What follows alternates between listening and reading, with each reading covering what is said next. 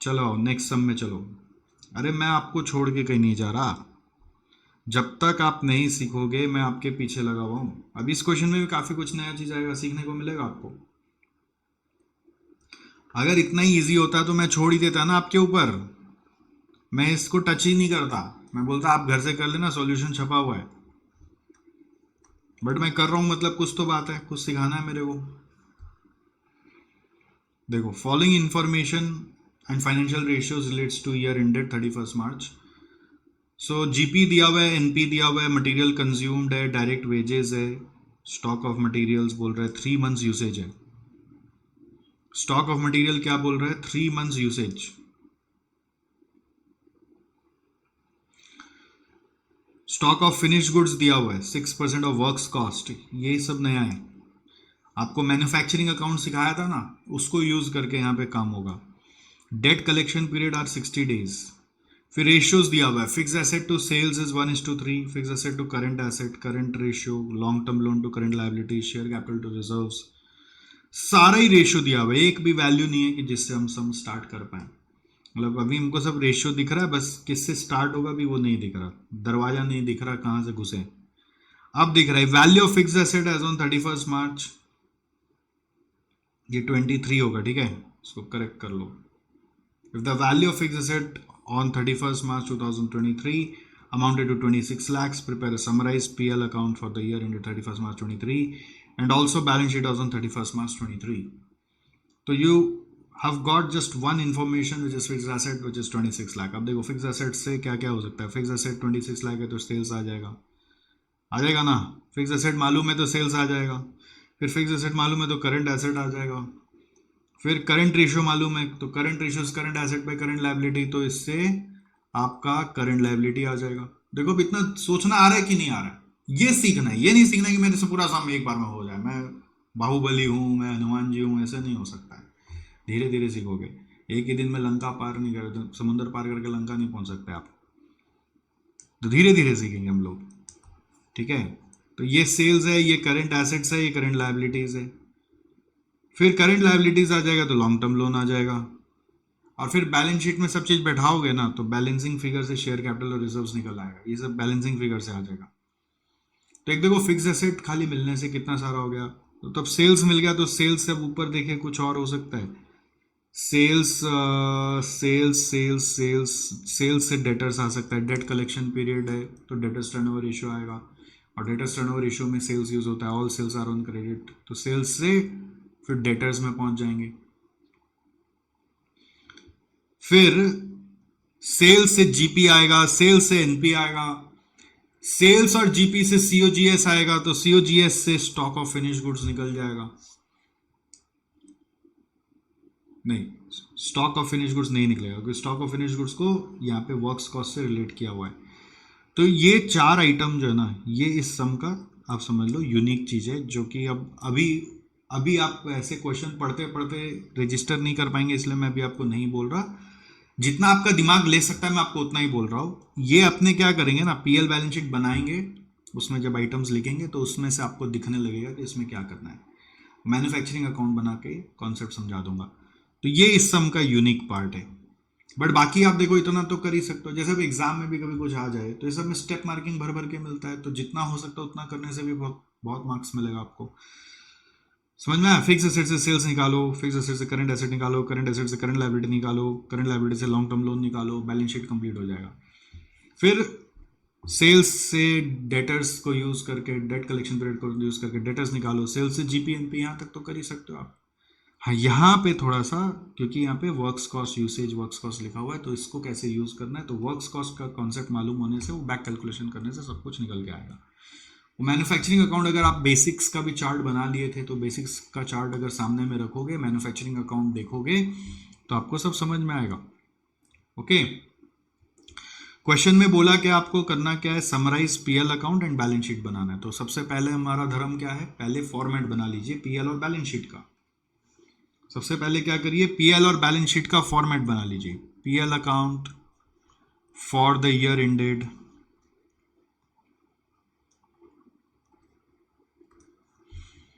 31st March 23.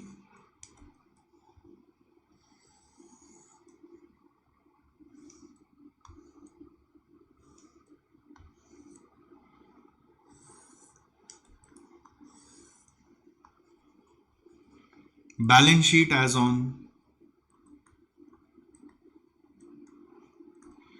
31st March 23.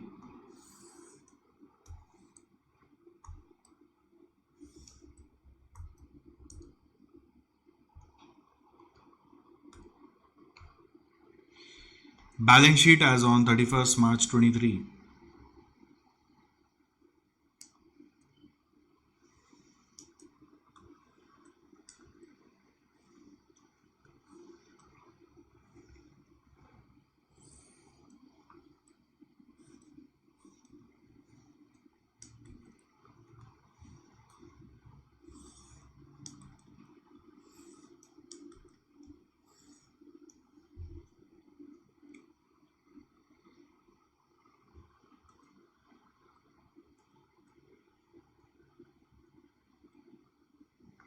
आगे बढ़े,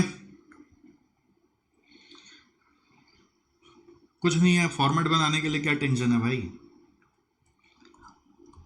note number 1, fix asset दिया हुआ था तो अब एक एक रेशियो को यूटिलाइज करो। फिक्स एसेट टू सेल्स 1:3 है। Fixed asset to sales is 1:3. So fixed asset हम लोगों का 26 lakh by sales is equal to 1:3, 1/3. तो सेल्स आ रहा है 26 इंटू 3 मिलाकर 78 lakhs.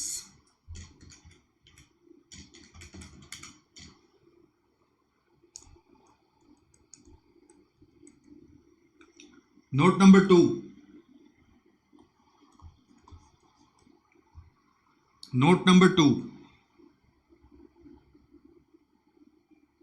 Fix asset to current asset है 13/11। Fixed asset to current asset है 13/11। तो फिक्स्ड एसेट है हम लोगों का 26 lakh by current asset is equal to 13/11। तो करंट एसेट आ रहा है 22 लाख।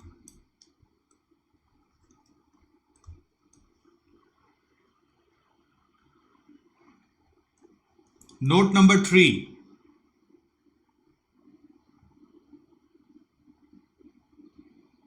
करंट रेशियो है CA/CL इज 2:1। क्या हार्ड है इसमें बताओ सर? हार्ड नहीं है, बस क्या होता ना, एक नहीं होता ना, लगता हमसे कुछ हो नहीं पाएगा। गलत सोच, गलत सोच। ऐसे तो लाइफ में आप हर समय डिस्करेज हो जाएंगे छोटी छोटी चीजों पे। Current assets by current liability is equal to 2/1।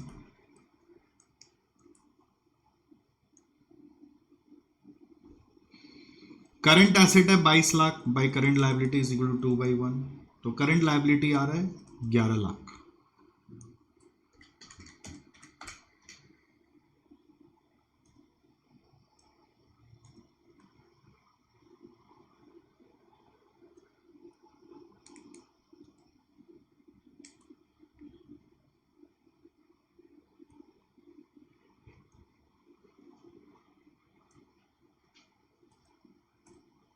Is it okay?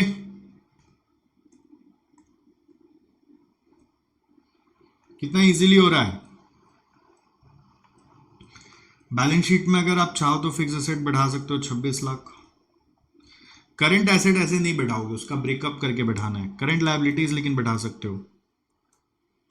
Current liabilities बैठाओ, जो आया 11 लाख।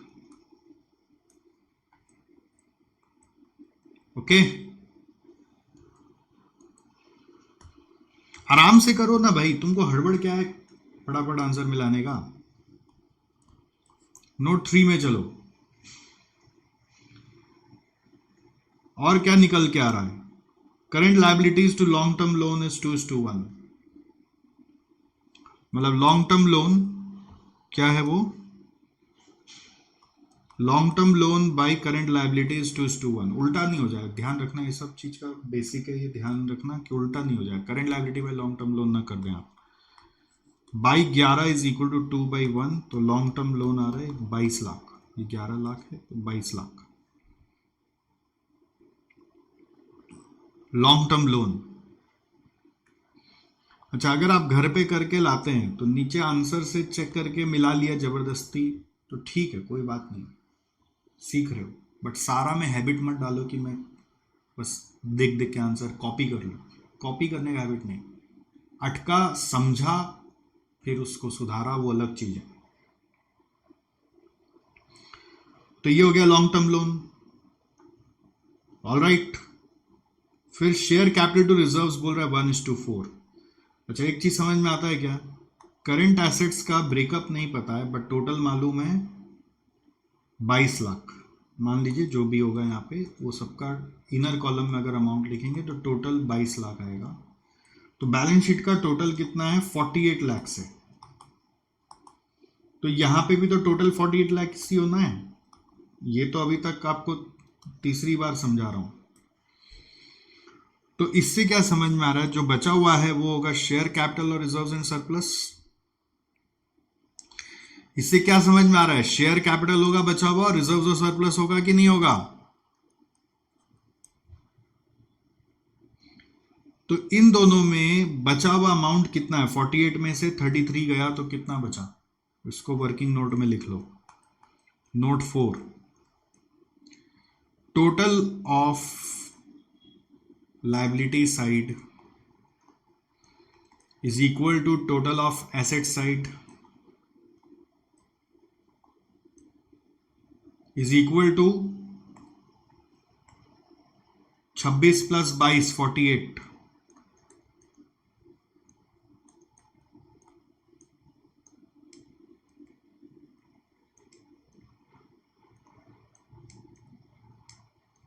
हुआ।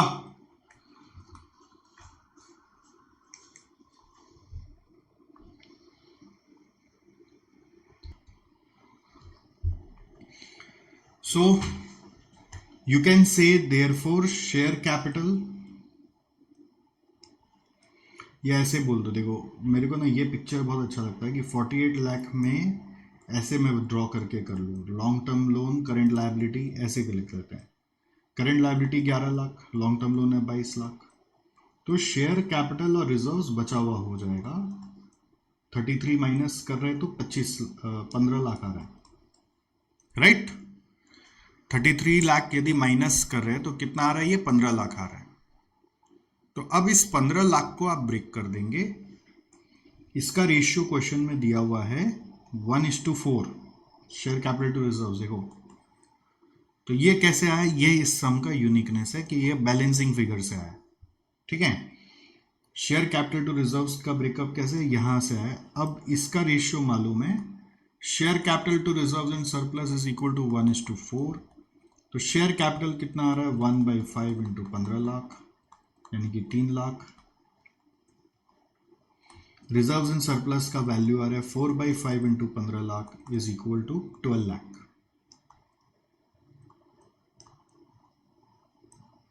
ओके, तो 3 लाख और 12 लाख करके यहां पे फिगर आएगा, शेयर कैपिटल है 3 लाख,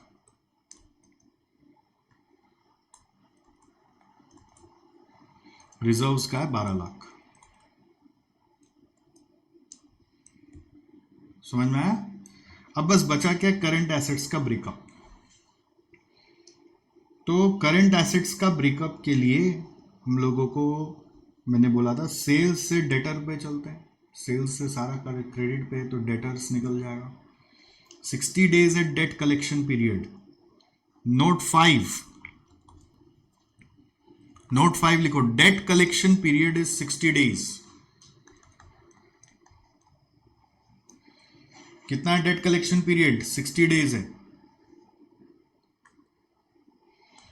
सो debtors turnover ratio, debtors turnover ratio ये होगा 360/60 is equal to 6 times. Credit sales by average debtors is equal to 6 times. Sir ये हमको नहीं समझ में आता है कि ये आप कैसे निकालते हैं। एकदम सिंपल है। अगर मेरा 60 डेज में कलेक्शन हो रहा है तो साल में कितनी बार होगा, वो एक टर्नओवर रेशियो है। साल में कितनी बार कलेक्शन होगा। अब डेटर टर्नओवर 6 है, मतलब साल में 6 बार कलेक्ट हो रहा है, तो कितने कितने दिन में कलेक्ट हो रहा है, तो 360/6। आप डेट कलेक्शन पीरियड का फॉर्मूला भी यूज कर सकते हो, विच इज 360 या कभी 12 कभी 52, जैसा यहाँ पे दिया हो तो उसके हिसाब से यहाँ लेते हैं। तो 360 बाई डेटर्स टर्नओवर रेशियो करोगे तो आ जाएगा। So credit sales is equal to,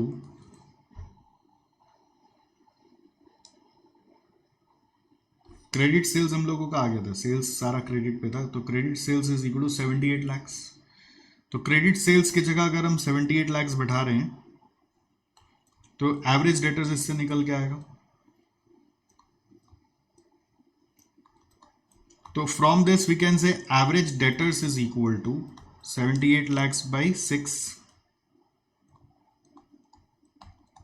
13 lakh.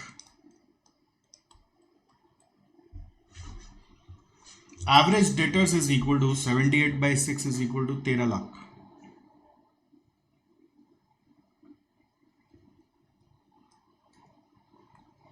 Clear है।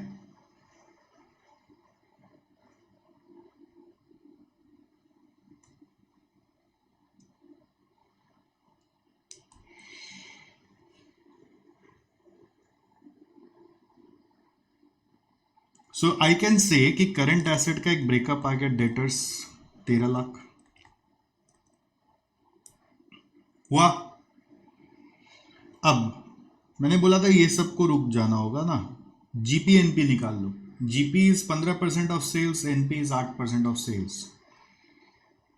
तो नोट नंबर 6 में चलो आप।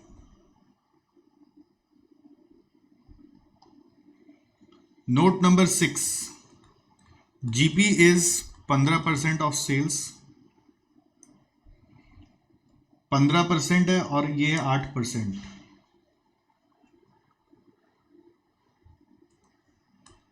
तो 15% of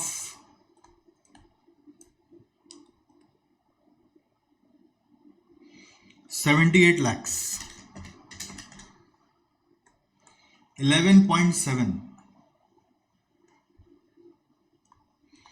NP is 8% of sales,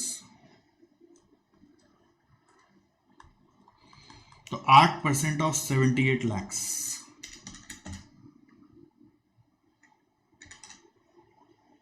6.24।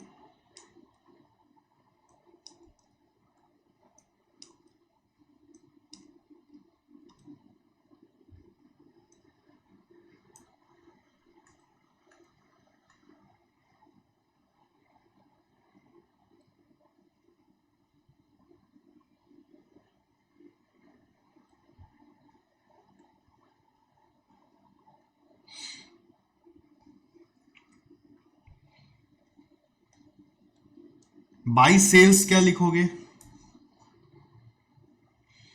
By sales 78 lakhs, to जीपीसीडी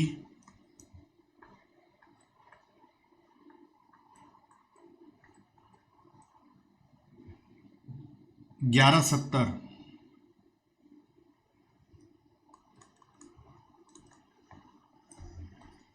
to NPCD 624,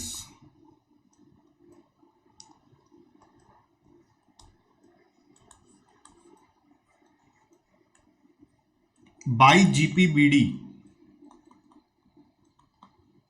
1170, GPNP जो आया उसको बैठा लिया।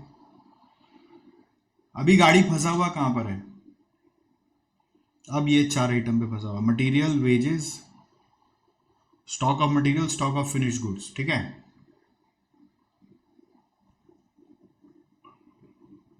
नोट 7 में आओ। आप लोग को कॉस्ट शीट समझाया था या मैन्युफैक्चरिंग अकाउंट समझाया था। तो मैन्युफैक्चरिंग अकाउंट का कॉन्सेप्ट में अगर आपको याद हो, हम लोग लिखते हैं रॉ मटेरियल कंज्यूम्ड। याद आ रहा है कुछ, फिर आता है क्या आइटम, डायरेक्ट वेजेस। अगर आपका बेसिक्स का नोट्स आपके सामने तो प्लीज खोल लीजिए। फिर डायरेक्ट एक्सपेंस आता है, बट इस क्वेश्चन में उसके बारे में जिक्र नहीं है तो छोड़ दो। फिर आता है वर्क्स ओवरहेड या फैक्ट्री ओवरहेड। फिर ऐड करते ओपनिंग डब्ल्यूएपी लेस करते क्लोजिंग डब्ल्यूएपी, तो आता है works cost. Opening WAP closing WAP इस क्वेश्चन में नहीं है, तो ये जो रिजल्ट है ये वर्क्स कॉस्ट है। इसी को कॉस्ट ऑफ प्रोडक्शन भी हम लोग बुलाते हैं, वर्क्स कॉस्ट और कॉस्ट ऑफ प्रोडक्शन। अब इसके साथ जब stock of finish goods adjust होता है तो कॉस्ट ऑफ गुड्स सोल्ड आता है। कुछ नहीं बोलता है तो हम लोग stock of finish goods opening closing equal मानेंगे, क्योंकि क्वेश्चन में यहां पर एक स्टॉक ऑफ फिनिश गुड्स तो दे रहा है, ठीक है। तो ये ऑफ कोर्स आपका क्लोजिंग है तो ओपनिंग भी सेम ही होगा।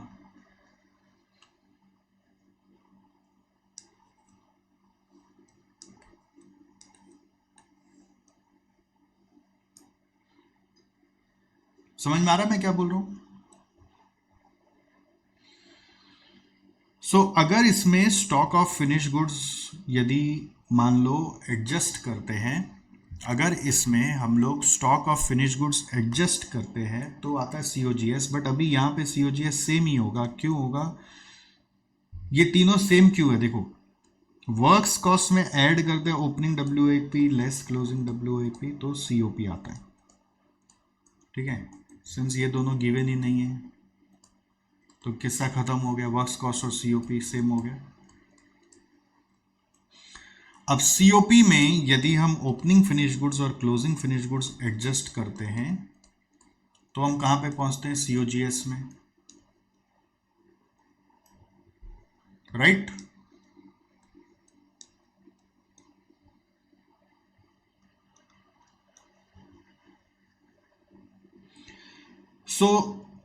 अपने पास स्टॉक ऑफ फिनिश गुड्स के बारे में एक इंफॉर्मेशन दिया हुआ है, बट ये नहीं लिखा हुआ है कि क्लोजिंग है कि ओपनिंग है, तो अपने इसको क्लोजिंग मानेंगे। और कुछ नहीं बोला तो एब्सेंस ऑफ इंफॉर्मेशन में आपको समझाया तो ओपनिंग क्लोजिंग इक्वल होगा, खाली क्लोजिंग नहीं हो सकता है।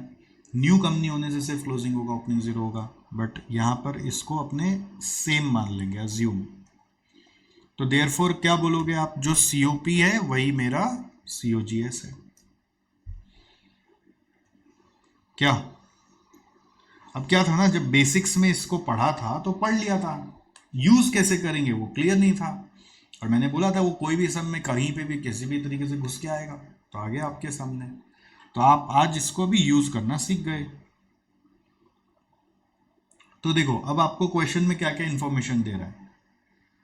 मटेरियल कंज्यूम्ड बोल रहा है 20% और ये है 10%। स्टॉक ऑफ रॉ मटेरियल को भी छोड़ दो, यूसेज क्या है वो बताते हैं बाद में, इसको छोड़ो। मटेरियल कंज्यूम्ड है 20%, वेजेस है 10% और स्टॉक ऑफ फिनिश गुड्स है 6% ऑफ वर्क्स कॉस्ट। तो उससे भी स्टॉक ऑफ फिनिश गुड्स का यहाँ पे कोई रोल नहीं है। तो हम लोगों को ये पता है कि सीओजीएस हमारा कैसे आता है, सेल्स माइनस जीपी करके आता है। सेल्स है 78 लाख, जीपी है 11.7 लाख। तो 78 लाख माइनस 11.7 लाख करके सीओजीएस आ जाएगा, विच इज कमिंग 66,30,000। और यही मेरा वर्क्स कॉस्ट है। मटेरियल कंज्यूम कितना परसेंट बोला है?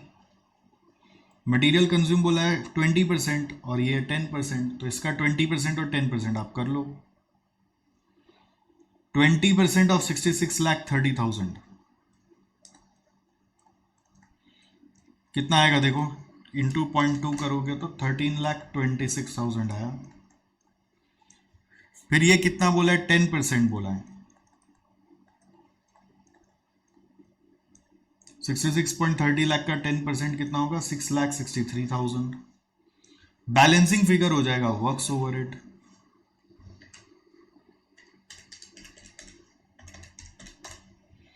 जो आ रहा है 46.41।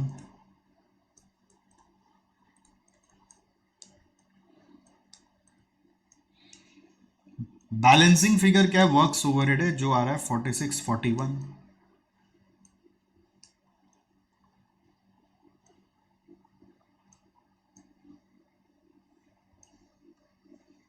क्लियर है यहां तक सब कुछ? ये बैलेंसिंग फिगर है 46 41। तो ये वर्क्स कॉस्ट वर्क्स ओवरहेड आएगा, ध्यान रखना वर्क्स ओवरहेड और वर्क्स कॉस्ट में डिफरेंस होता है। अगर आप कॉस्ट शीट पढ़ोगे कॉस्ट अकाउंटिंग सब्जेक्ट में तो उसे बहुत क्लियर हो जाएगा। वर्क्स कॉस्ट इन तीनों का टोटल होता है।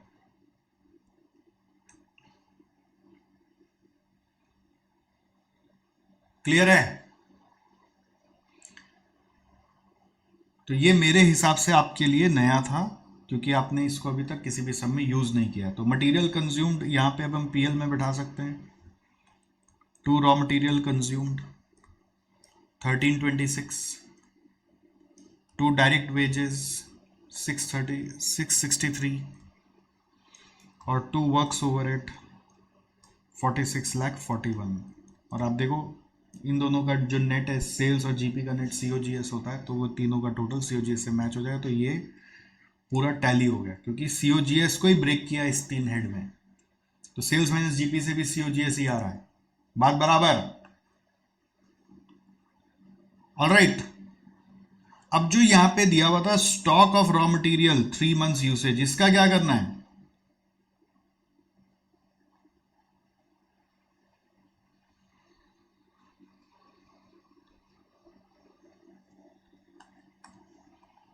Stock of raw materials 3 months usage. तो stock of raw material 3 months usage का मतलब क्या है? यूसेज मतलब होता है कंजम्पशन। वर्ड यूसेज मतलब होता है 3 महीने का कंजम्पशन। और साल भर का कंजम्पशन कितना दिया हुआ है? 13,26,000। तो अकॉर्डिंगली आप ये निकाल लो, साल भर का अगर 13,26 है तो 3 महीने का क्या होगा? करो।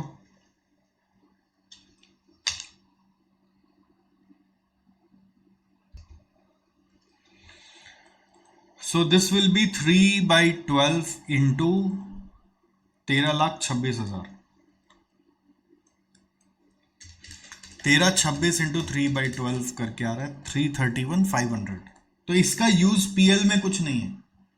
देखो पीएल में ओपनिंग मटेरियल, क्लोजिंग मटेरियल और परचेज जब चार्ज करते हो तो कंज्यूम्ड आता है। पीएल में यहां पर कंज्यूम्ड जब कंसिडर कर रहे हो तो वो opening plus purchase minus closing adjust करके नेट आ रहा है। तो इसका कंज्यूम्ड फिगर जब मालूम है तो पीएल में कंज्यूम्ड ही जाता है नेट होकर। तो ऑलरेडी कंज्यूम मालूम है तो अपने को पीएल में स्टॉक का कुछ नहीं करना है। We can't do anything about the stock in the PL, but we can definitely we can definitely take up about the stock in the balance sheet. अच्छा, इस पीएल में closing stock of finish goods क्यों नहीं डाले? Closing stock of finish goods हम लोगों का जैसे क्वेश्चन में बोला है 6% ऑफ वर्क्स कॉस्ट है, तो वो क्यों नहीं डाले? क्योंकि हम लोगों का अजम्पशन चल रहा है ओपनिंग स्टॉक और क्लोजिंग स्टॉक सेम है।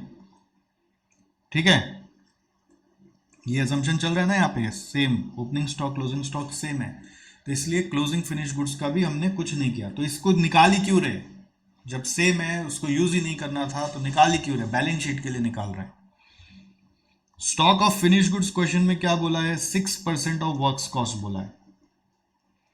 तो it will be 6% of cost of goods sold जो था 66,30,000। तो इसका 6% कितना आएगा? 397,800 आ रहा है।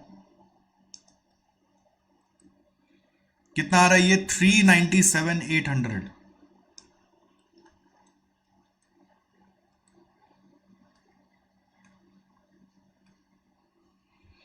स्टॉक ऑफ फिनिश गुड्स क्या है? 397,800। Is it okay? तो उसका यूज कहां पर है? उसका यूज यहां पर है। स्टॉक ऑफ रॉ मटेरियल आप बैलेंस शीट में बैठाओ और स्टॉक ऑफ फिनिश गुड्स भी बैलेंस शीट में बैठाओ। फिनिश गुड्स आया 397,800, रॉ मटेरियल आया है 331,500। ओके, डेटर्स हमने बैठा ही दिया था, डेटर्स हमने बैठा दिया था।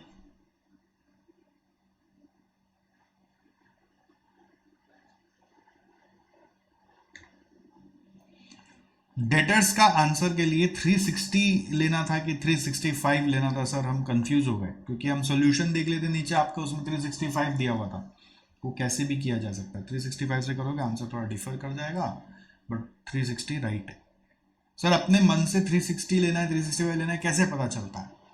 एक्चुअली क्या है ना, देखो जब होल नंबर होता है, जब पता है कि 60 है, 360 से इजीली डिवाइड हो जाएगा तो अपन 360 ले लेते हैं, तो वो सब कोई मैटर नहीं करता। अगर मैंने यहाँ 13 लाख लगाया है तो इंस्टीट्यूट का सॉल्यूशन से अगर कुछ और आ रहा है बिकॉज वो 365 से किया तो आपका भी करेक्ट माना जाएगा, वो प्रॉब्लम नहीं।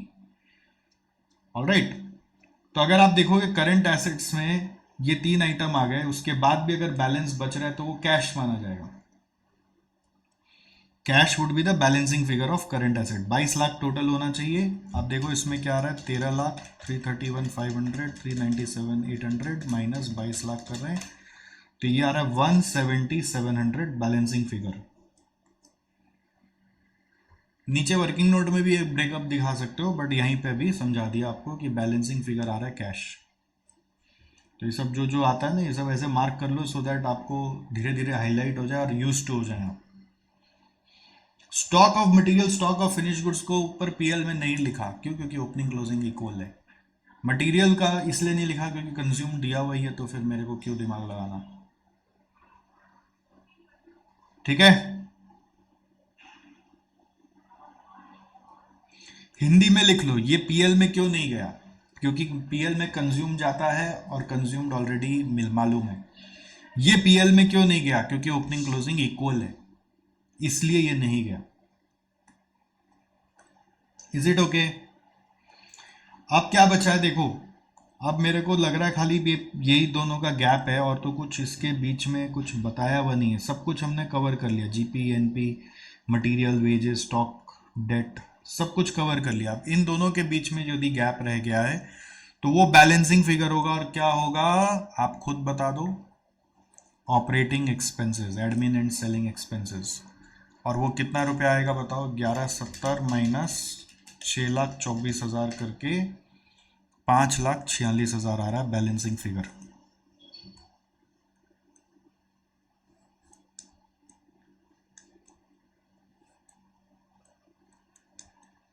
Is it clear? 5,46,000 आ रहा है और वो भी बैलेंसिंग फिगर। समझ में आ गया आपको? ये सब सवाल को दोबारा बनाएंगे, आज का होमवर्क रहेगा ये वापस से करना, एक रफ कॉपी लेकर, तब आपको और ग्रिप आ जाएगा। ठीक है, तो जैसा आपको गाइड किया जा रहा आप करो। थोड़ा जब वर्किंग नोट्स करोगे, मैं जिस फ्लो में किया हूं आप आगे पीछे कर दोगे, उतना मैटर नहीं करता है। हम लोगों को अल्टीमेटली सॉल्यूशन निकालना है। जब भी एग्जाम में करोगे तो वर्किंग नोट जैसे मैं कभी साइड साइड में कर देता हूँ, आप प्रेफर करो नीचे नीचे नीचे नीचे करते जाना, और हर एक का नंबरिंग देते जाना, रफ रफ वर्क जैसे मत करना। ठीक है, तब आपको मार्क्स अच्छा मिलेगा। और हर एक स्टेप का मार्किंग होता है, जीपी निकाला मार्क, एनपी निकाला मार्क। चेक करने वाला वर्किंग नोट पहले चेक नहीं करता है, चेक करने वाला पहले देखता है आपका जो पीएल बैलेंस शीट है उसमें एक एक फिगर कौन कौन सा सही है, उस पर नंबर देते जाओ। अगर उसको लगेगा कि ये चीज खाली कैसे निकाला है, उसका वर्किंग है कि नहीं है, बस तब देखने जाए वर्किंग है कि नहीं। बहुत बार वर्किंग में आप आगे पीछे कुछ कर दे तो उतना मैटर नहीं करता। मेन है वो फिगर्स जो बैलेंस शीट पीएल का वो मैच करेगा चेक करने वाला, जीपी मैच हो रहा है, एनपी मैच हो रहा है, सेल्स मैच हो रहा है। हाँ, और बस नीचे जाके देख रहे हैं उसका वर्किंग किया है कि नहीं किया है। अब दिख गया तो दिख गया, नहीं दिखा तो उतना मैटर नहीं करता है। बट वर्किंग आप ढंग से नहीं करोगे तो आपसे तो आगे सब नहीं बढ़ेगा ना, आप ही फंस जाओगे कहीं ना कहीं जाके। देखो मैं कितना आराम से करा रहा हूं, इसलिए कि मेरे को मालूम है आप सीख रहे हो। गिव अप नहीं करते हम लोग सीखते हैं।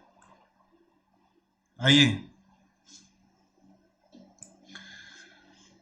Question number 9। अब ये आपको वन ऑफ द इजीएस्ट लगेगा आउट ऑफ ऑल, ये आपको अभी इजीएस्ट लगने वाला है। क्यों? क्योंकि इतना आपने जो पहाड़ तोड़ लिया ना, इसके सामने अब ये सब कुछ नहीं है। गणपति लिमिटेड का 31 मार्च 2023 का डिटेल्स हम लोगों को दिया हुआ है। Sales, current, return on net worth याद है, फॉर्मूला सोचते जाओ, PAT by equity, rate of tax, share capital to reserves, current ratio CA by CL. अब देखो फॉर्मूला कुछ हैवी नहीं लगता है। Net profit to sales is PAT by sales. Inventory turnover ratio based on COGS, तो COGS by average stock. COGS दिया हुआ है, इंटरेस्ट ऑन डिवेंचर दिया हुआ है, रिसीवेबल्स है, पेबल्स है. You are required to calculate operating expense for the year ended 31st March and prepare a balance sheet in the following format. तो operating expense निकालने बोलता है ना, इसका मतलब आपको ना PL account, trading PL account बनाना है. You have to make a trading and PL account. This is the lesson. बस यही लेसन है. ट्रेडिंग पीएल अकाउंट का फॉर्मेट बनाओ. जैसे आपने देखा था ना सम्स में लास्ट में बैलेंसिंग फिगर ऑपरेटिंग एक्सपेंस आ रहा था, तो उसी तरीके से इस सम में आने वाला वर्ड. तो ट्रेडिंग पीएल आप बनाओ फॉर्मेट, और बैलेंस शीट का फॉर्मेट बनाओ जैसा क्वेश्चन बोल रहा है. जो जो वैल्यूज मालूम है वो बैठा दो, और फिर जो नहीं मालूम है उसमें रेशियोज का इस्तेमाल करते हुए हम लोग आगे बढ़ेंगे. Question number 9.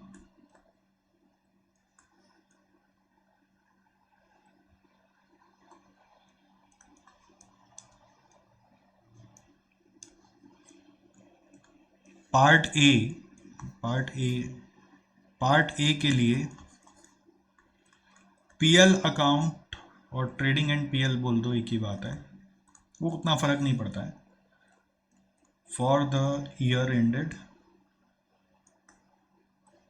31 March 23.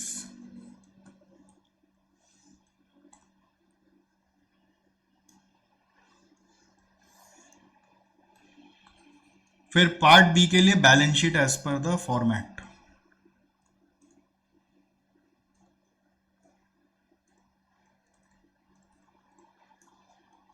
Balance sheet as on 31 March 23.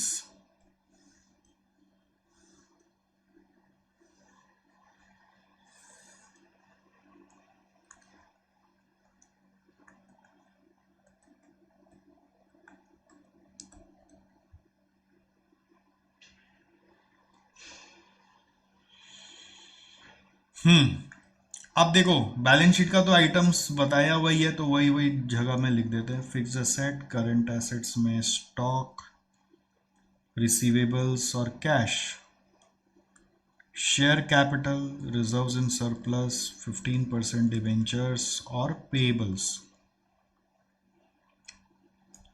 बहुत इजी है, कॉपी कर दिया. अब देखो क्वेश्चन में क्या क्या आपको ऑलरेडी वैल्यूज दे रखे हैं. सर एग्जाम में ये सब हम लोग शॉर्ट फॉर्म लिख सकते हैं. मैंने आपको बोला कुछ कुछ लिख सकते हैं, बहुत ज़्यादा मत लिखना है. इसके लिए उतना इंस्टीट्यूट माइंड नहीं करता है, बट बहुत ज़्यादा मत लिखना कि समझ ही ना आए आदमी को. इसका कोई मापदंड नहीं है कि नहीं लिखना है. मतलब जैसा अब इक्विटी का इक्वल लिखना सही नहीं है, पैट लिख सकते हो. कुछ कुछ स्टैंडर्ड है. इंटरेस्ट का आईएनटी लिखना उतना सही नहीं है, बट ठीक है, अगर समझ में आ गया तो उतना कोई माइंड नहीं करते वो. आईएनटी का कुछ और मीनिंग निकल रहा हो तो मालूम नहीं. देखो इसमें क्या क्या बैठा सकते हैं. सेल्स 60 लाख, तो पीएल में जाओ sales बैठाओ.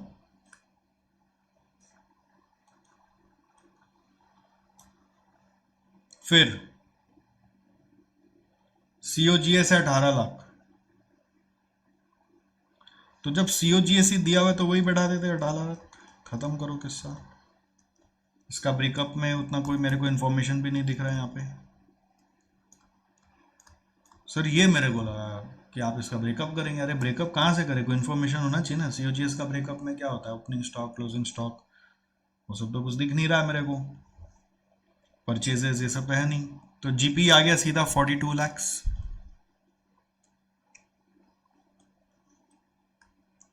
By GP for BD करोगे 42 lakhs.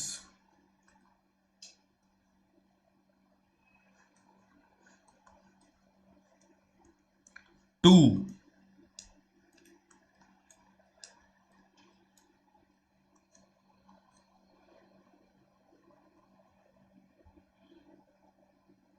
अब इसके बाद ऑपरेटिंग एक्सपेंस आता है, फिर एनपी आता है, ठीक है.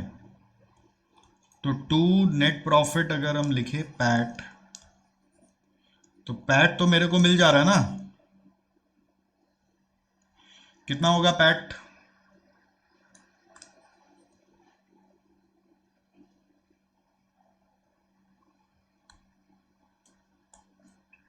देखो पैट कितना होगा, आप बताओ अपने से। टू नेट प्रॉफिट लिखो कितना होगा देखो, यानी कि पैट 6.25% ऑफ सेल्स, तो 60 लाख का 6.25% कितना आता है भाई? ये आता है 3,75,000। 60 लाख का 6.25% आता है 375। 60 लाख का 6.25% आ रहा है 3,75,000। Is it okay?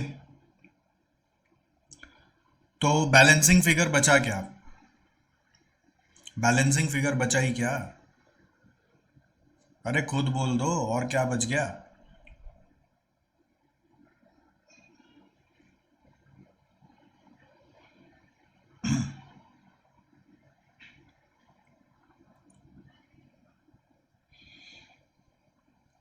आपका मन करेगा बोलने का कि ऑपरेटिंग एक्सपेंस होगा सर, बैलेंसिंग फिगर वही होगा और क्या होगा, राइट? बट इस सब में एक नया चीज घुसाया हमने, और वो है रेट ऑफ टैक्स, जिस पे आपका नजर नहीं गया। ठीक है, तो जब पैट दिया हुआ है तो टैक्स आएगा, समझे? तो नोट नंबर 1 में लिखो, अगर मेरा पैट 375 है तो टैक्स कितना होगा? हम लोगों को ये पता होना चाहिए, प्रॉफिट बिफोर टैक्स यदि 100 है तो टैक्स रेट जब भी दिया होता है वो पीबीटी पे दिया होता है, तो टैक्स रेट 50% दिया हुआ है यहाँ पे, तो ये 50 करेंगे तो पैट आ जाएगा 50। 50 हटाएंगे तो पैट कितना आ जाएगा? 50 आ जाएगा। इसका मतलब जब पैट 50 है तो टैक्स 50 है। When PAT is 50, tax is also 50। तो पैट 375 होगा तो टैक्स क्या होगा? जब पैट 375 होगा तो टैक्स क्या होगा? तो टैक्स भी 375 होगा। जब पैट 375 होगा तो टैक्स भी क्या होगा? 375 होगा। Got it? When PAT is 375 तो टैक्स विल बी 375, क्योंकि 50 पे 50 है। तो ये यहाँ पर एक नया चीज आपको देखने को, ऑब्जर्व करने को मिला। नहीं तो आपका मन क्या मचल रहा था कि मैं यही बोल दूं कि सीधा वो ऑपरेटिंग एक्सपेंस है, हड़बड़ाना नहीं। ठीक है, सारा चीज खोज के लास्ट में देखना है कि अब क्या नहीं मिला। फिर देखो और क्या है यहाँ पर, इन्वेंट्री टर्नओवर रेशियो दिया हुआ है, नेट प्रॉफिट सेल्स दिया हुआ है। इन्वेंट्री टर्नओवर रेशियो से तो हम सीओजीएस यूज करके इन्वेंट्री निकाल पाएंगे, वो बैलेंस शीट का आइटम है। इंटरेस्ट ऑन डिवेंचर्स दिया हुआ है, इंटरेस्ट ऑन डिवेंचर भी तो पीएल का आइटम है। तो टू इंटरेस्ट ऑन डिवेंचर कितना रुपया है? इंटरेस्ट ऑन डिवेंचर 60,000 है, तो वो भी पीएल में जाएगा। हड़बड़ा के सब ऑपरेटिंग एक्सपेंस में घुसा देना, ऐसा मत करना। तो इंटरेस्ट ऑन डिवेंचर मिल गया, cost of goods sold already हो चुका है। रिसीवेबल्स पेएबल्स ये सब अब लिख दो बैलेंस शीट में। रिसीवेबल्स है 2 लाख, पेएबल्स है 2 लाख, जो जो मिल रहा है वो लिख दो। अच्छा 15% डिवेंचर है, बोल रहे डिवेंचर जो है 15% है, तो ये इंटरेस्ट कैसे आता है? डिवेंचर अमाउंट पे 15% मल्टीप्लाई करके आया होगा, तो उससे आपका डिवेंचर का अमाउंट आ जाएगा। 15% डिवेंचर इज इक्वल टू 60,000 है, तो you can say 15% of debenture amount is equal to 60,000। तो debenture is equal to 60,000 by 15%, 60,000 by 15% करके आ रहा है 4 लाख। 60,000 बाई 15% करके आ रहा है डिवेंचर का अमाउंट 4 लाख। तो डिवेंचर हम लोग लिख सकते हैं यहाँ पे 4 lakh. Okay,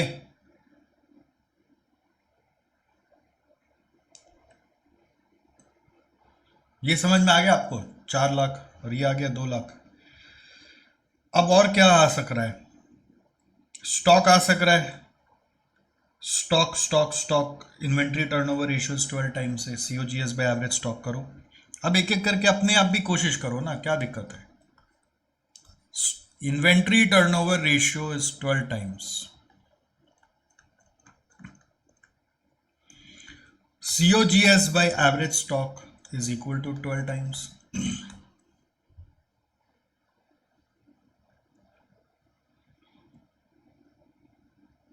Is it all right? COGS हम लोग को मालूम है 18 लाख, तो एवरेज स्टॉक आ जाएगा 18 lakh by average stock is equal to 12 times. तो इससे आ जाएगा एवरेज स्टॉक, कितना आएगा एवरेज स्टॉक भाइयों बहनों? Average stock 18 by 12 1.5 lakh. 18 by 12 करो, देखो आ रहा है 1.5 लाख। करो,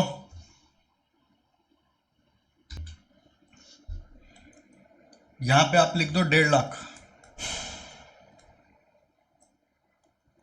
okay, so we can write stock is 1.5 lakh, opening closing equal है, ठीक है। सब लिखने का भी जरूरत नहीं पड़ता है, opening is equal to closing assume किया जाता है इन जनरल, ये कॉमन एजम्पशन है, तो बार बार लिखने का दरकार भी नहीं पड़ता है। तो स्टॉक आ गया, अब और क्या आ सकता है, और क्या आ सकता है? देखो करंट रेशियो दिया हुआ है 2 times, current ratio, current liabilities हम लोग को मालूम है, payables is are current liability, तो करंट रेशियो को यूज करो। चलो, तो CA by CL is equal to 2, तो CA by current liability is 2 lakh is equal to 2, current liability माने पेबल है, तो current asset is equal to 4 lakh आ गया। अब इस करंट एसेट का अगर ब्रेकअप लगाओगे तो डेटर्स है, स्टॉक है और कैश है।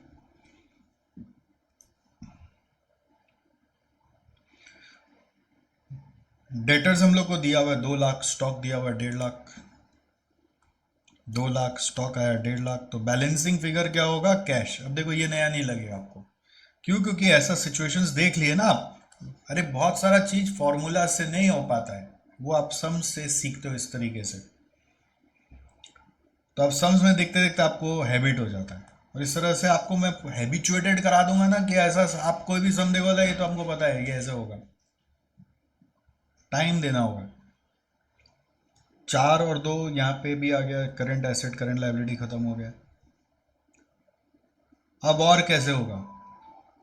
What else? देखो करंट रेशियो भी यूज हो गया, नेट प्रॉफिट भी यूज हो गया, शेयर कैपिटल टू रिजर्व्स बोल रहे हैं 7:3, तो अब शेयर कैपिटल टू रिजर्व एक सम में हम लोग इस तरह का 1:4 में हैंडल किए थे, बट हम लोगों को ना टोटल ऑफ एसेट्स मालूम था, तो टोटल ऑफ लायबिलिटीज लेकर बैलेंस शेयर कैपिटल रिजर्व पता चल गया था, तो उसको स्प्लिट कर लिए थे। बट यहां पे गाड़ी फंस जा रहा है, यहां पे हम लोगों को टोटल बैलेंस शीट का नहीं मिल रहा है। अगर आप देखो तो बैलेंस शीट का टोटल नहीं मिल रहा है, मिल रहा है क्या? नहीं मिल रहा है। रिटर्न ऑन नेटवर्थ दिया हुआ है 25%, इसको यूज करो। पैट बाई इक्विटी, तो पैट तो मालूम है, इक्विटी आ जाएगा, इक्विटी आएगा तो इक्विटी मतलब होता है शेयर कैपिटल प्लस रिजर्व्स, तो share capital to reserves break हो जाएगा आपका काम। किससे क्या होगा वो मालूम नहीं।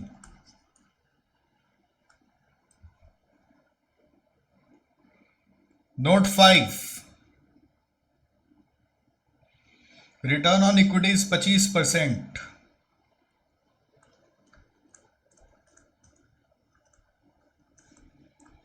PAT by equity,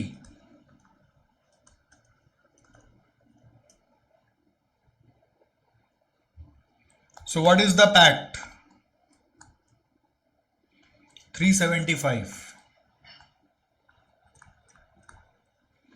divided by equity is equal to 25%. So equity is equal to 375 by 25%,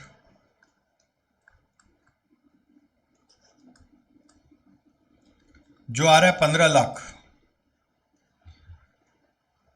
all right, note 6, भर भर के नोट छापो, भर भर के नोट में कंजूसी नहीं करो।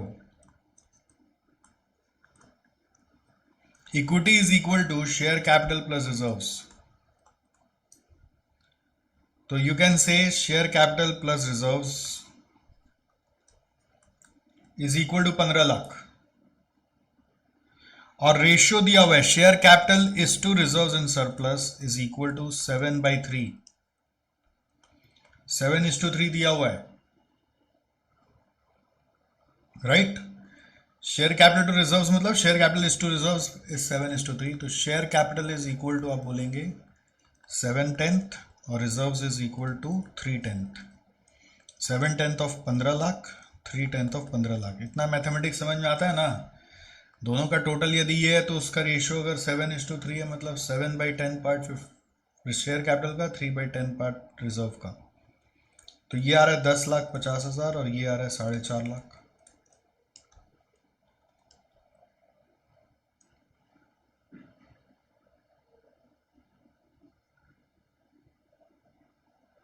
दस, 50 और 4.5।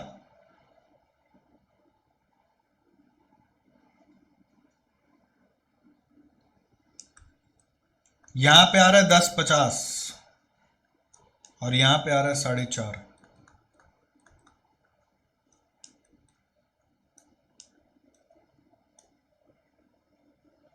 समझ में आ गया।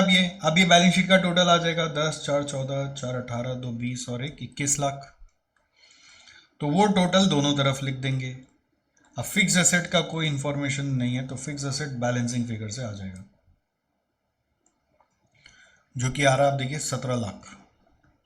कब क्या बैलेंसिंग फिगर से आएगा वो लिख के रटा नहीं जा सकता, वो सिचुएशन टू सिचुएशन डिपेंड करेगा। ओके। तो आप देखिए बैलेंस शीट तो खत्म हो गया। अब बाकी सब आइटम भी अपने इनकॉर्पोरेट कर चुके हैं, ये सारा का सारा।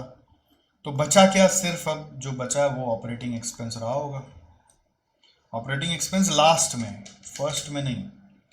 42 लाख माइनस 60 माइनस 375 माइनस 375, ये बैलेंसिंग फिगर आ रहा है 33,90,000। ये बैलेंसिंग फिगर आ रहा है 33,90,000।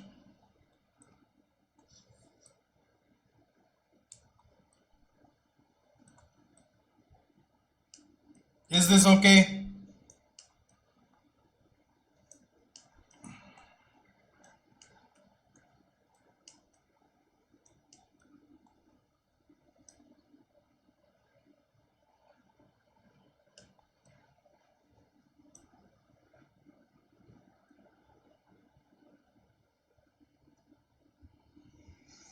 यहां तक सब क्लियर है कि नहीं है?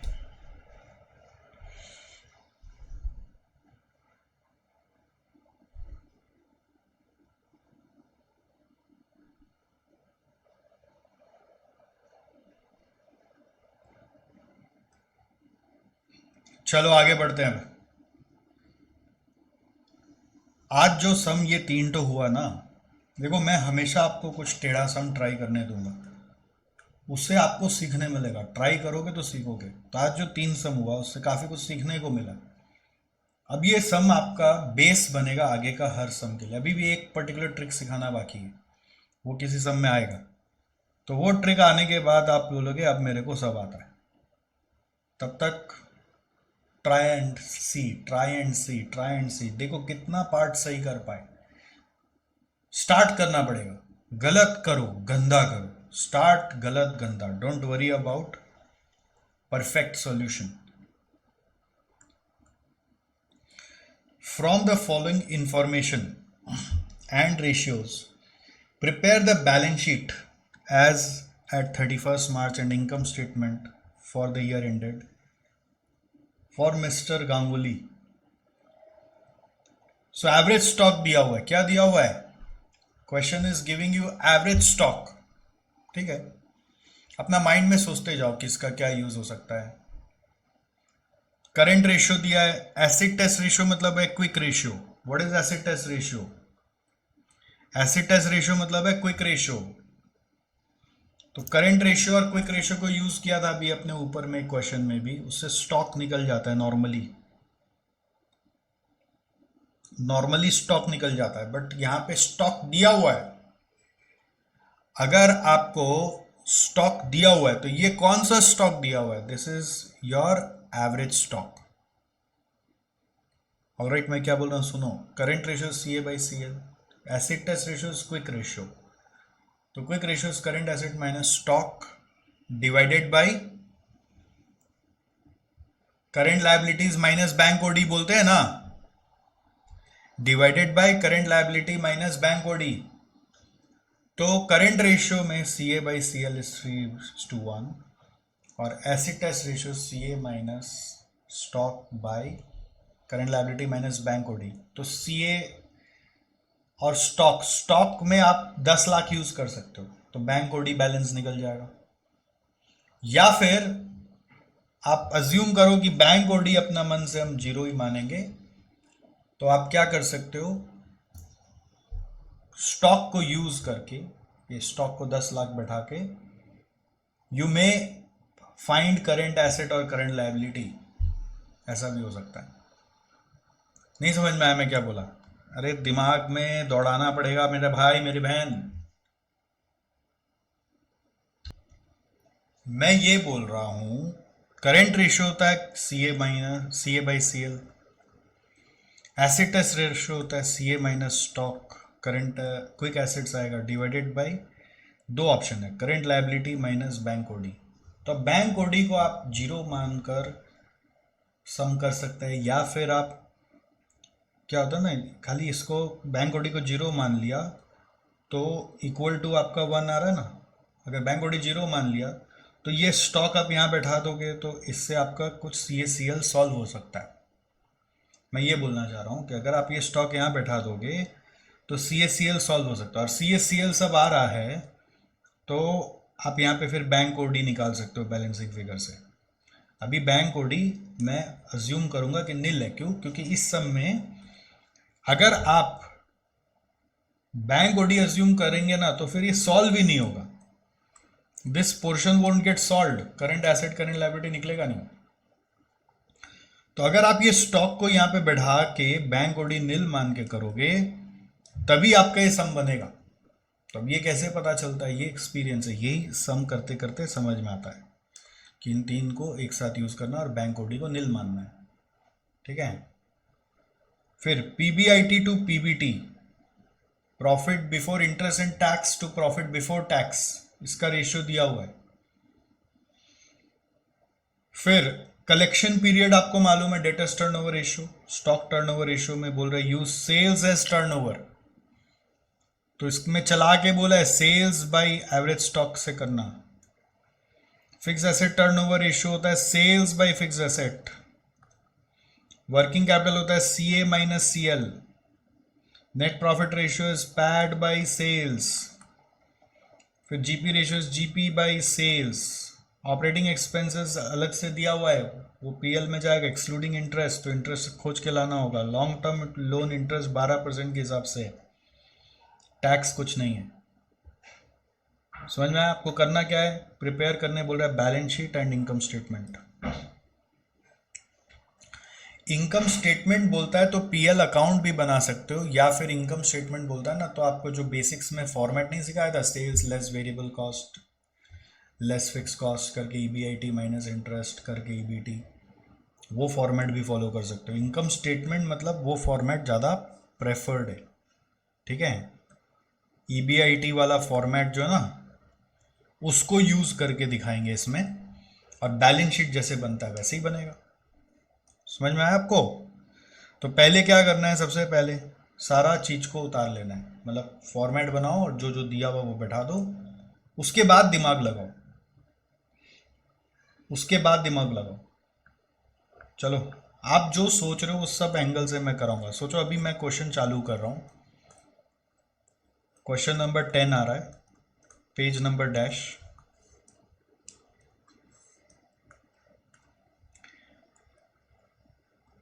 इनकम स्टेटमेंट लिख दिया, पीएल नहीं लिखकर इनकम स्टेटमेंट लिखा। Income statement as on dash, या फिर फॉर द ईयर एंडेड बोल सकते हो आप, फॉर द ईयर एंडेड 31 मार्च।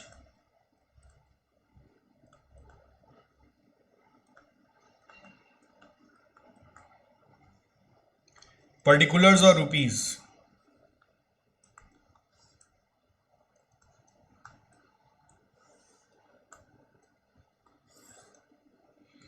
फिर क्या होगा, balance sheet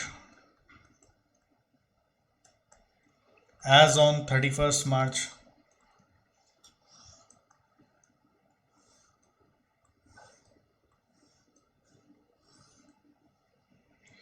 balance sheet as on 31 March.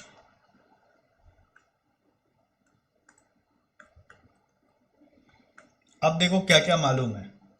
Average stock हम लोग बैलेंस शीट में भी बैठा सकते हैं, ओपनिंग क्लोजिंग इक्वल समझ के, क्योंकि उसका तो और कोई इन्फॉर्मेशन है नहीं।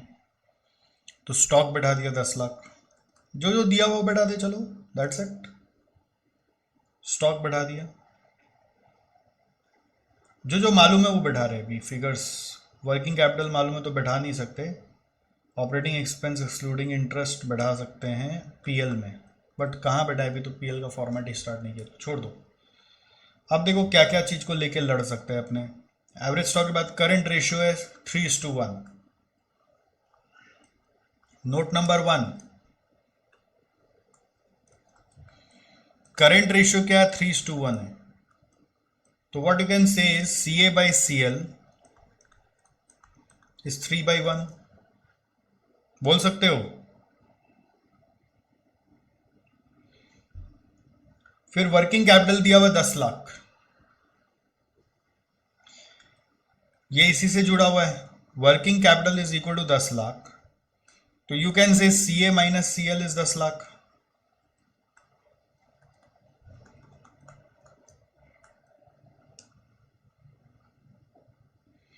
तो CA is equal to 3 into current liability, 3 into current liability minus current liability is 10 lakh. Current liability आ रहा है 5 लाख,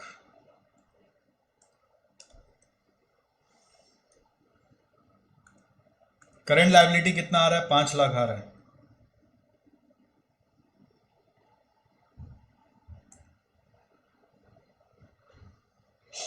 तो देयरफॉर करंट एसेट कितना आ रहा है, 3 into 5 lakh is equal to 15 lakh, बोल सकते हो। करंट एसेट आ रहा है 15 लाख।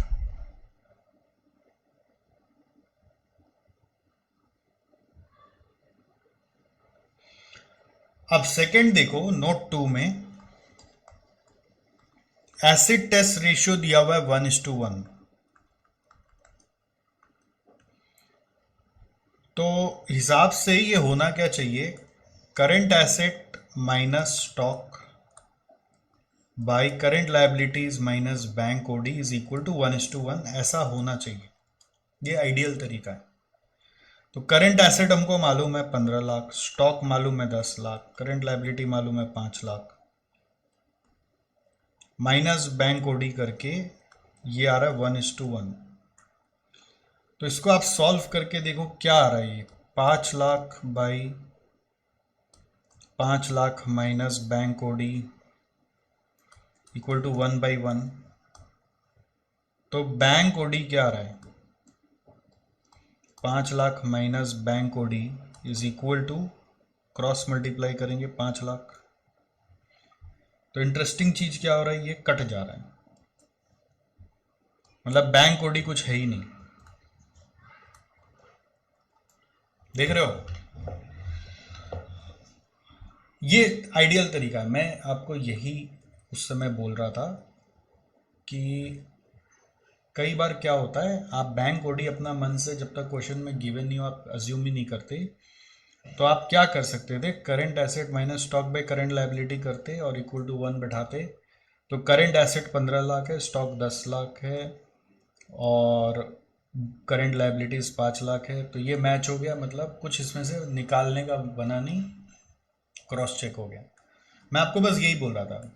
एक देखो आइडियल तरीका तो ये है, जो फॉर्मूला वाला तरीका है उसको आइडियल तरीका बोल रहा है, ये आइडियल तरीका है। इससे होता तो बैंक ओडी निकल जाता। बट नॉर्मली सम्स में क्या होता है ना, जब तक बैंक ओडी का कोई रेफरेंस नहीं होता हम लोग बैंक ओडी इग्नोर मार देते हैं। तो अगर इग्नोर मार देते तो भी सम करते तो यहाँ पे टैली कर जाता, है ना। क्या हो गया, ये मैच ही हो गया। मैच मतलब जो है सब ठीक है, मतलब कुछ फाइंड आउट नहीं हो रहा है क्योंकि बैंक ओडी 0 माना हुआ था ना। अज्यूमिंग नो बैंक ओडी, ठीक है, तो आपका ये रेशियो मैच ही हो जा रहा है। या फिर आप बोलेंगे हमको कैसे पता बैंक ओडी अज्यूम करना है 0, कैसे पता रहेगा। मैं बोल रहा हूँ क्वेश्चन में नहीं दिया होता तो अज्यूम कर लेते हैं। आप मत करो, ऐसे पुट करके देखो तो बैंक ओडी कट कटा के नील हो गया। बस यही इस सम में यूनिक था जो आपको समझने का जरूरत था, because of acid test ratio. और वर्किंग कैपिटल दिया हुआ था ना तो इजीली ये वर्कआउट हो गया। अब पीवीआई टू पीवीटी अभी हम यूज नहीं कर पा रहे क्योंकि हमारे पास कुछ इंफॉर्मेशन नहीं है। कलेक्शन पीरियड में जा सकते हैं क्या? कलेक्शन पीरियड सेल्स से जुड़ा हुआ है, डेटर से जुड़ा हुआ है, तो सेल्स डेटर्स अभी मालूम नहीं है, रुक जाओ। स्टॉक टर्नओवर में चलो 5 टाइम्स। स्टॉक मालूम है बोलकर बोल रहे स्टॉक सेल्स से जुड़ा हुआ है। Note 3, stock turnover ratio 5 times.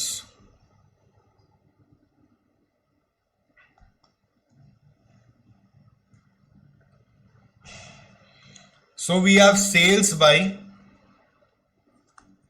average stock is equal to 5 times. क्या बोलोगे? Sales by average stock is equal to 5 times. सेल्स से क्यों लिया? क्योंकि क्वेश्चन में बोला है this is based on sales. Average stock मालूम है 10 लाख, तो सेल्स आ जाएगा, देयरफॉर सेल्स आएगा 10 lakh into 5, 50 lakh.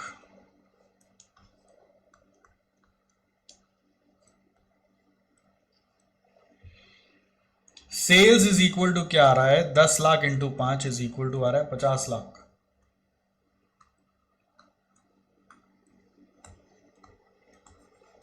Note 4,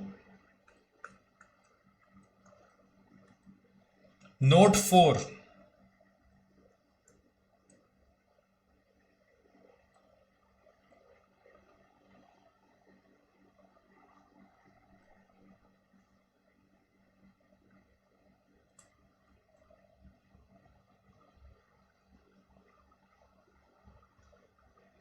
sales मिल गया तो आप अपना यहां पर पर्टिकुलर्स वाला इनकम स्टेटमेंट में सेल्स लिख सकते हो। सेल्स है 50 लाख। अब नोट 4 में और क्या आ सकता है? सेल्स के बदौलत, सेल्स के बदौलत और क्या आ सकता है? फिक्स एसेट टर्नओवर रेशियो और रिसीवेबल्स दोनों हो सकता है। सेल्स के बदौलत ये दोनों हो सकता है, रिसीवेबल्स भी और फिक्स एसेट टर्नओवर रेशियो भी। तो पहले रिसीवेबल्स है तो उसको यूज करते हैं। एवरेज कलेक्शन पीरियड दिया हुआ है 30 डेज, तो इससे आप समझ जाओ कि डेटर्स टर्नओवर रेशियो क्या होगा।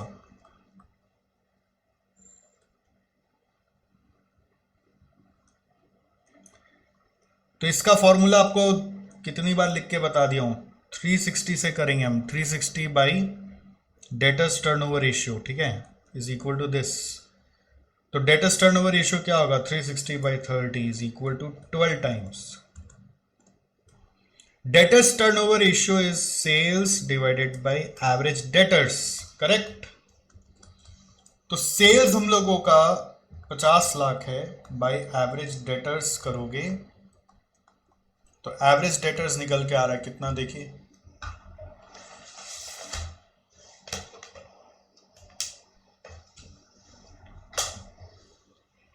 कितना आ रहा है average debtors?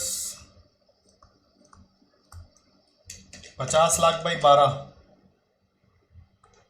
416667।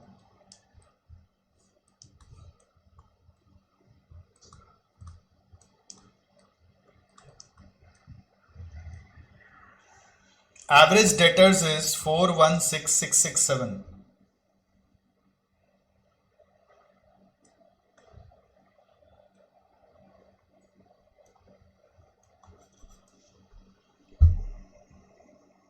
All right,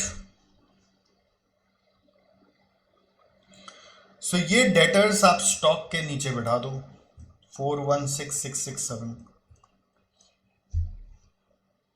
debtors के बाद और एक दिया हुआ है सेल्स से आ रहा है fixed assets turnover ratio 0.8 times, तो फिक्स एसेट आ जाएगा। Fixed asset turnover ratio is 0.8, तो sales by fix asset is 0.8। Sales है 50 lakh by fix asset is equal to 0.8, तो फिक्स एसेट कितना आ रहा है 50 लाख बाय 0.8 करके 62.5 लाख। ऑल राइट, तो बैलेंस शीट में आओ, फिक्स एसेट बैठा दो आप। Fix asset is 62.5 lakh, 62,50,000। Okay,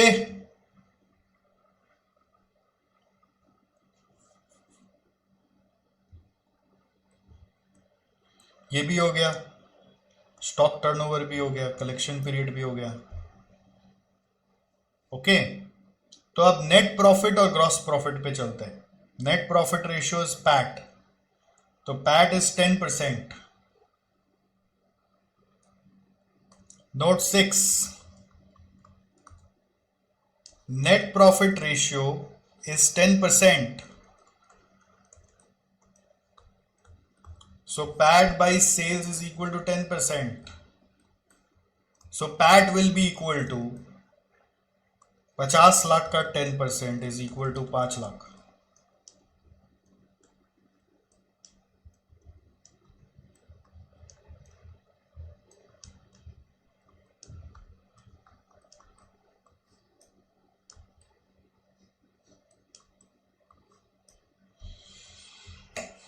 PAT is equal to 50 lakh का 10% is equal to 5 lakh. Clear? PAT ये फॉर्मेट में बैठाएंगे तब आएगा। जीपी मालूम है 40% बोल रहा है, जीपी इज 40%, तो 40% से जीपी निकाल लो।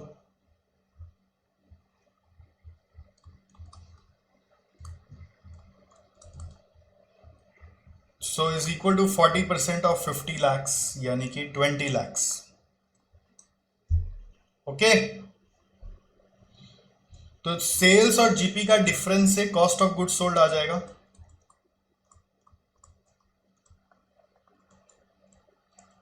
यानी कि 50 लाख माइनस 20 लाख करके आ रहा है 30 लाख।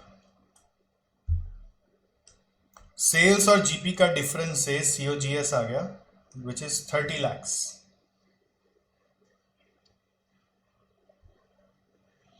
तो सेल्स लेस सीओजीएस से आ रहा है जीपी,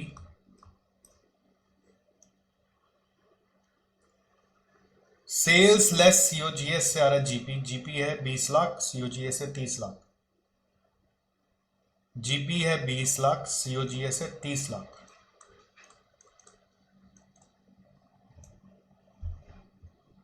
ओके, इसमें से लेस करते हैं अपन ऑपरेटिंग एक्सपेंसेस।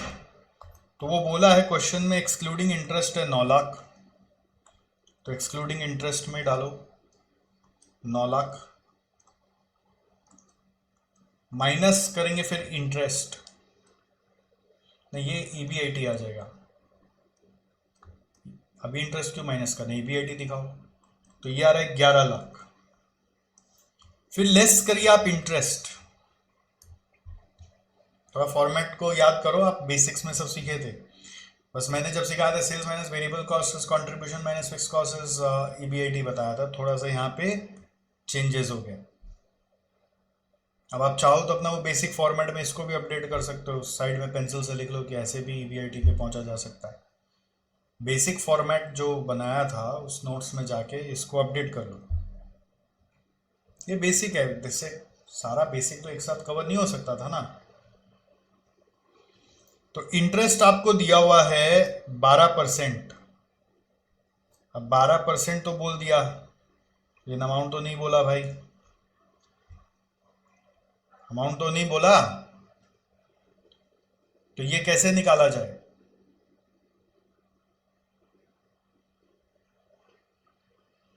खोजते हैं। देखो EBIT मालूम है, EBIT और PBT का एक रिलेशन है 2.2:1, उससे यूज करके देखो। नोट 8, PBIT और PBT का रिलेशन है 2.2:1। PBIT मतलब EBIT, प्रॉफिट और अर्निंग्स एक ही है। तो PBIT और आ चुका है अपना, PBIT आ चुका है which is 11 lakh. 11 lakh by PBT is equal to 2.2, तो PBT आ रहा है 11 लाख बाई 2.2, जो आ रहा है 5 लाख। ठीक, सो इससे क्या समझ में आ रहा है कि ये जो EBIT आया उसमें से इंटरेस्ट माइनस करके आ रहा है EBT। EBT और PBT एक ही है, ठीक है, EBIT और PBIT एक ही है। तो ये हम लोगों का आ गया 5 लाख, तो बैलेंसिंग फिगर से इंटरेस्ट आ गया। देख रहे हो, बैलेंसिंग फिगर से यू गॉट इंटरेस्ट। कितना आ रहा है इंटरेस्ट?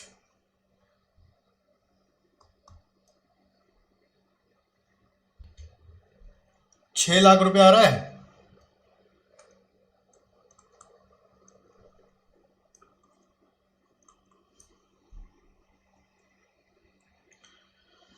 अब हम लोगों को नेट प्रॉफिट मालूम है। नेट प्रॉफिट हम लोग निकाले थे which was 5 lakh. Net profit है 5 लाख। तो इससे क्या समझ में आ रहा है, अगर ये नेट प्रॉफिट है तो यही पैट है, तो वापस से लेस टैक्स जीरो करके कुछ मतलब नहीं है, तो यही पैट हो जाएगा। ओके, अच्छा अब इंटरेस्ट का रेट दिया हुआ था 12% है, तो इसका मतलब ये 6 लाख रुपया जो इंटरेस्ट आया है वो 12% लोन है, तो लोन अमाउंट निकल जाएगा। नोट 9, इंटरेस्ट अगर आपका 6 लाख है balancing figure in income statement से, तो you can say it is equal to 12% of loan. तो 6 lakh is equal to 12% of loan, तो loan is equal to 6 lakh by 12%,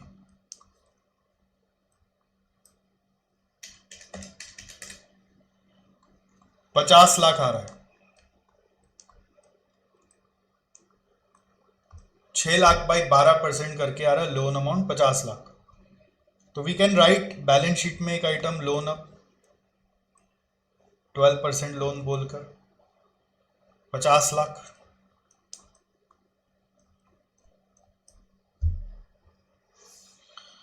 हम लोगों को current asset current liability 5 lakh मालूम था, तो वो भी लिख सकते हैं करंट लायबिलिटी का 5 lakh, right. Current asset total मालूम था 15 लाख है ना। तो अगर 15 लाख है तो उसमें से 14,1667 तो ऑलरेडी आ गया, तो कैश कितना होगा? 15 लाख में से 10 लाख गया और 4,1667 गया, तो 15 लाख माइनस 14,1667 83,333 कैश भी आ गया। और ये समझ में आना चाहिए कि अब टोटल बैलेंस शीट का हो ही जाएगा इस तरफ 6250 और 15 7750 आ रहा है, तो इधर भी 7750 होगा।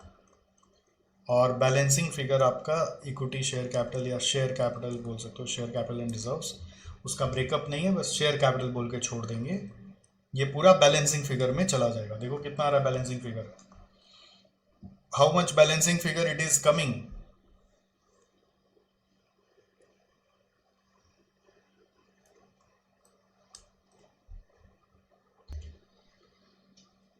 $7750 माइनस 55, 22,50,000 आ रहा है।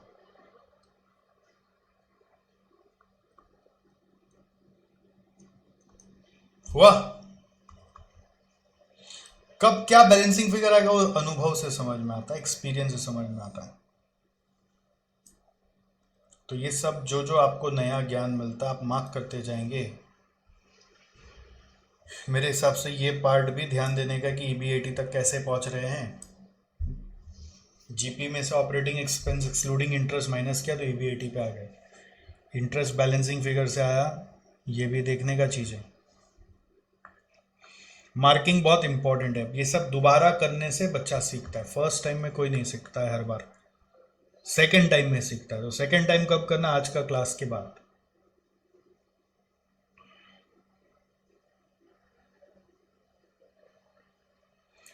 ग्यारह नंबर होमवर्क में करो, आज जो कराया वो वापस करना है, और होमवर्क में 11 नंबर करो,